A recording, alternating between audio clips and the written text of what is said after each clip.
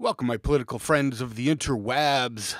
This is one step closer to my podcasting dreams. Listen, I just get this if I get this right. I never seem to be happy with where the mic's at. I don't know. I do know one thing. In order to get kind of a full sound to my voice, I literally have to be eating the mic, and that kind of sucks. Although maybe there's some adjustments that I can make if anybody has any advice. How to adjust the mic. I know that one guy was talking about in the Win 7 mic settings, he adjusted his mic to reflect at 96 hertz at 24 bits. Well, I went to the Win 7 mic settings, and it said, it froze me out of that. It said, basically, it said, allow whatever program to control the mic. So I'm assuming that Audacity is controlling the mic, but I can't find on Audacity where to even check where the settings are. I just don't know. As you all know, I'm new to this. But I mean, it would be cool if I could get a little further from the mic and still get a good sound. I know how much you guys like that. Like I said, I'm unscripted, so there's mental pauses there. I don't know if you've got any advice on and I'm always hitting this with this. Yeah, that I'm sure you guys love that. If you have any advice on maybe a good tutorial on how to use Audacity, understand that this is all new to me, every bit of it. Now, some advice people have given me is to use a pop filter. Well, when I ordered the mic and the studio arm and the shock mount, I also ordered this. It came the same day. Well, they didn't all come together, but it is NADY audio, NADY audio. It's an MPF-6 pop filter.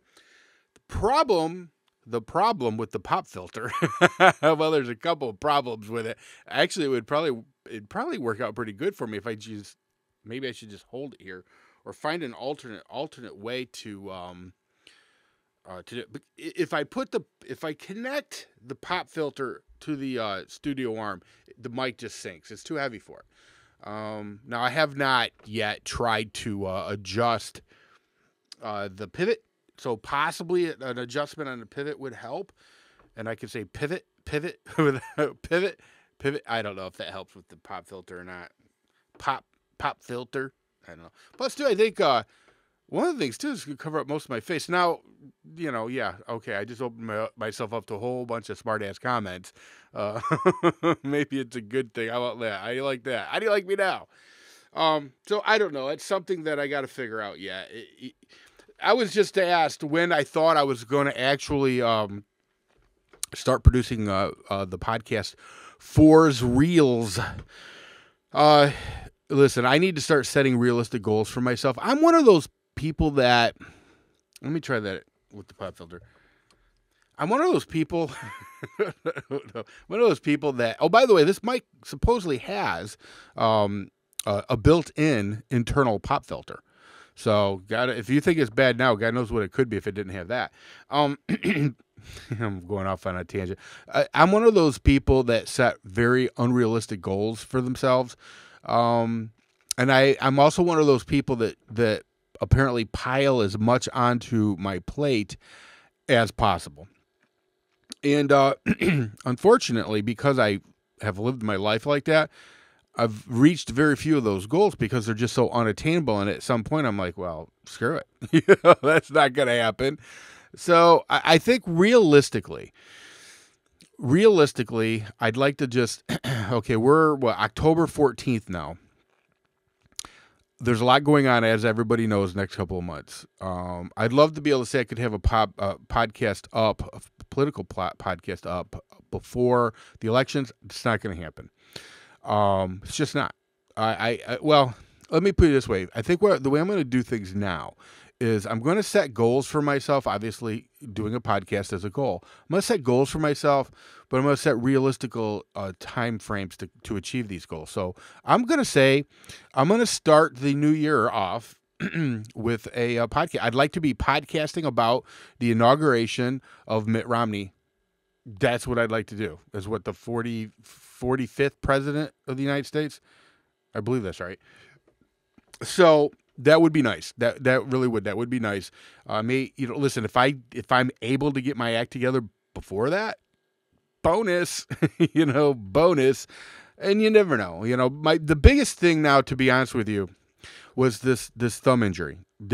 I can't begin to tell you what a ginormous setback this thumb injury was, because I had to continue to take so many pain pills, because it's a nerve pain situation. It's not like a normal pain. I can fight through normal pain. Nerve pain's a wholly different animal. It's made it impossible for me to do certain things, or I shouldn't say impossible. Let me give you an example. I had a long talk last night with Artisan Tony. Colonel Tony and I talked, and because he's going to give me help on setting this up. And one of many. Lots of people are helping me, and I appreciate all of you. But Tony and I were talking. I said to him, listen, I got to be honest with you. I'm not entirely comfortable with starting a website right now, because I don't know that my head's where it needs to be. Because of the pain medication, I'm just not sure that I'm as clear-headed as I would like to be in this. So I told him, I said, I think in a couple weeks, hopefully the pain subsides enough in a couple weeks to where I won't have to rely on the pain medication. By the way, just FYI, not for nothing, but it's, what time is it? It is, I can't freaking see. It is 2:27. I woke up today at about 9:30. Got out of bed about 10, actually, and I've not taken a pain pill yet, not one. A nurse is coming to change this wound bandage probably the next couple hours. I'm on the fence on whether or not to take a pain pill. Though I will tell you that it's always a crapshoot with this, because if the bandage is stuck to the wound and has to be peeled off of those nerve endings, I will have wished that I had doped myself up, but I don't want to become I don't want to become addicted. I'm not going to lie to you. I have a lot of experience, and I have a lot of experience with Southeast Kentucky, which a lot of you know, and that place is devastated by pain pills. And I've seen firsthand what pain pills do to people, and I will tell you that I'm overly cautious about the use of them. Though I will say that, so, when they're necessary, they're necessary. I just am very paranoid about becoming an addict. So anyway, enough about that. As far as the website goes, I think I would feel more comfortable if I was pain pill free before I went down that road. So I'm guessing in a couple of weeks, and then I can get up and running. Once I get my website up and running, then I can actually start doing podcasting. Now, I may do, who knows? Like I said, if things happen before that, bonus. Realistically, I'm shooting for January 1st. That's what I'm realistic. Well, depending on how hungover I am on January 1st, it may be January 2nd or 3rd. But I think that's a doable goal for me. I really do, because I want it to be a quality production. I don't want it to be, I want intro music. I want, and by the way, thank you, all of you who have sent me intro music and outro music and just music in general. I appreciate all of you, every one of you. And I'm going to, as I learn more and more about editing, because, listen, I spent the last 6-7 years on YouTube not editing squat. I think I made, I don't even know how many videos, a lot of videos. I think I've maybe edited 5 of them. And that was just cutting and pasting things together. It wasn't adding music or anything like that.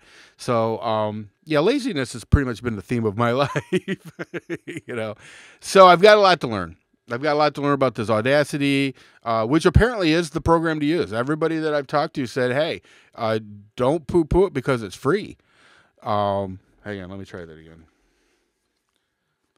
Don't poo-poo it because it's free. I don't know if it makes a difference. I actually can't wait to hear it back. It's actually apparently, supposedly, a really powerful and good program. So cool. I mean, if it's free and it's a great program, and so far so good. But I have a lot to learn about it. I have a lot to learn about Avid Studio. Some of you have suggested other editing programs. Well, the thing is, Avid Studio wasn't cheap, and I've already paid for it, so it is what it is. I did have Sony Vegas for years, and didn't really have any issues with Sony Vegas. But I seen a Kevin Smith. If those of you who don't know who Kevin is, you should know who Kevin Smith is. He's the director, the indie director that did Clerks and Clerks 2, and then went on to become much more mainstream, but still considered quote unquote indie. He's a big shill for Avid. I mean, and I say shill with the utmost of respect, because I'm a capitalist and I don't have issues with shilling for people either, or companies. But yeah, so Kevin Smith was shilling for Avid, and he did make it sound pretty attractive. And so I'm like, well, I've got to go out and get Avid. So I did. I went to Best Buy and bought Avid. I don't remember what I paid for it now, but like I said, it was not cheap. I mean, it wasn't crazy expensive, and it's like anything else. There's the entry-level Avid, and then there's the Avid with all kinds of goodies that cost $1,000, or more. I don't know, a lot of money. But so I'm sticking with the horse that I bought. That's one thing about me. I'm not a cheap bastard. I am not a cheap bastard. I will spend the money, but here's the thing about that. Yes, I will spend the money, but I'm not trying to piss money away. So if I've already invested in something, I'm not changing horses. I can't do it. The cheap bastard in me will not allow me to do that. Anyway, speaking of, listen, I better do this real quick because I don't know how well you can see this. You should be able to see this pretty good. This is a mallet. It's a mallet. It's why I beam my head up with there. Listen, here's the thing. Check this out. This is important. This is important. I got this in the mail. Dude spent like $15 or $16 to mail this wooden mallet to me. And I guess it's perfect as a war club to beat on Democrats, liberals. This is what I'm going to start smacking liberals upside the head with. Damn thing must weigh 20 pounds. No, it's an exaggeration, but it's not exactly light. I get this in the mail, and I get this message. It says, "Hey, Colonel, I made this mallet for you. You can put it in a video if you want to. That is your choice. I just thought you would like it. Love your stuff. God bless. J Null 0. J Null 0 is a cool dude, by the way. I've known him for a long time. I didn't expect this in the mail.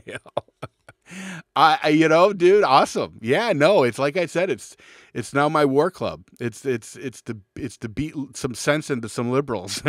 And hopefully between this and this podcasting show, hopefully we can make a difference in this world. But dude's name is John. John's a cool dude. Listen, John, thank you very, very much. I really appreciate it. And by the way, if you're out, if people are watching this, and I know 4 or 5 people do watch this, go check out J Null Zero's channel. I mean, he is a cool dude. He really is. He's a cool dude, and I mean that very sincerely. He's kind of a prepper guy, so if you're into the prepping thing, yeah, absolutely check him out. Also, when I opened up, and those of you who don't watch my, one of the bitches about having 2 different channels is when I do something on one channel that I think needs to be talked about on the other channel, it's kind of a pain in the butt. But now listen to me. When I have 2 channels, like when have I only had 2 channels? Like the first week that I was ever on YouTube. Anyway, Colonel Vinny, Firearms Pop, made this badass, it's a survival bracelet. It's a paracord bracelet. He's got 2 skulls on it. This is going to be for the high female shooter. So far, we don't even have a low female shooter that I can tell. But this is one of the gifts or prizes, I should say, for the high female shooter. Firearms Pop is if you don't know him, listen, subscribe to the dude. He's a cool dude. He sells these things and a lot of other stuff too. He's an older gentleman, a Vietnam veteran. Just an all-around great guy. I mean, he's got a great cooking show too. Cooking with Pop, I believe it's called. But these are like zombie preparedness or zombie survival gear. In fact, he did want me to say that if you purchase one of these from him, and it does not protect you in the end, ultimately it fails in the end as far as surviving the zombie apocalypse, he does offer a 100% money-back guarantee. So if the zombies eat you, you will get your money back. you know, you gotta love Fire Pop. You just do. You just gotta love him. He's a good guy. I'd love to have a few beers with him someday. Hopefully, I can make that happen. Um, so anyway, yeah. Let me get my glasses back on and see where we're at here. Holy good Lord, are we over 15 minutes? We cannot possibly be over 15 minutes. Uh, oh, what the hell? I don't know that too many of you are still with me anyway, so I don't know that it matters. So to get back to the podcasting thing, it is a step in the direction that I want to go in. It's like I said, I'm setting realistic goals for myself for once in my life. And and I want to talk more about, and I will talk more about the website, but I don't think now because it's just too long anyway. But I guess I can talk more about the website in future videos. But yeah, I have this vision in my head of what I want to create, and the vision is a place where conservatives can go. And libertarians, because regardless of what a lot of people seem to think, most common sense libertarians, listen, I want to call it common sense libertarianism because I think there's a difference, just like common sense conservatism, and I may define what those two things mean to me in future. Well, I'll save it for the podcast. But I think common sense libertarians have a lot in common with common sense conservatives. And I'd like my website to be a place where you can go and exchange ideas with one another, and talk about current events and talk about the future, the past, the present, whatever. I'd like, of course, I will have my podcast there or links to where the podcasts are hosted, and I'll have an RSS feed and all that stuff. But I want also other people. And I know I've mentioned this guy before, Marvin the Boon. Marvin the Boon and I do not agree on everything, not by a long shot, but he's a really, really interesting individual. And we do agree on quite a bit, though. I don't want you to think that we don't, but he's a very interesting individual. Who just, every time I ever watch one of his videos, I think to myself, this guy needs to have a podcast. He just does. He needs to have a podcast. So I guess my point is that I would like to get, and I think people like Dell, political Vlogfather, there's a ton of people, a Lamb Dog, there's a ton of people that I could actually see having podcasts, and what I would like is the MBV networks to be the kind of home for all that stuff, where you can come there and you can see ideas from people like the Haas USMC, or Lamb Dog, or Stephen Hayes. Because I'll tell you right now, and I'll do an update for everybody on the book situation that will be coming out fairly soon, I believe. I really love the perspective that Colonel Stephen Hayes brings to the debate, as far as he's British, and being from the UK and being a medical doctor in the UK, he really does bring some special insights. Hopefully, I can maybe even talk him into doing some vlogs and having a home at the MBV networks. But that's kind of a grandiose vision right now. But not just, by the way, not just podcasting, but also vlogs where you can video links to people's vlogs, political vlogs, and also maybe even some place where people can express their views in text. So these are just things, ideas that I'm bouncing around in my head, and for what it's worth. But, like I said before, I like to bite off way more than I can chew. So these are, and I'm going to be realistic about this. I would like to accomplish these things, but these are going to be long-term goals. These are going to be things that are going to be out into the future. And if I can make them happen sooner than that, beautiful. Beautiful. Anyway, I'm new to the whole syncing up audio with video. So hopefully this works out as well as my last one. I have my first attempt was on Mad Bad Voodoo, which I guess is appropriate. I guess it is in some ways. Mad Bad Voodoo is always going to be near and dear to my heart, always. But my first attempt was actually, I think, pretty successful. And a big thanks to Sailing Manuel. I'm always butchering his YouTube name, but I always want to call him Sailing Emmanuel, which I believe Emmanuel, isn't it a porn star? I don't know, but anyway, Sailing Manual gave me some pretty good advice on how to sync stuff up. Now, I don't want to come off like I'm uber successful at that, because I'm liable to screw it up. But this will be my second attempt. And surely we're not over 20 minutes. I'm not sure that I'm reading this thing right. I don't know.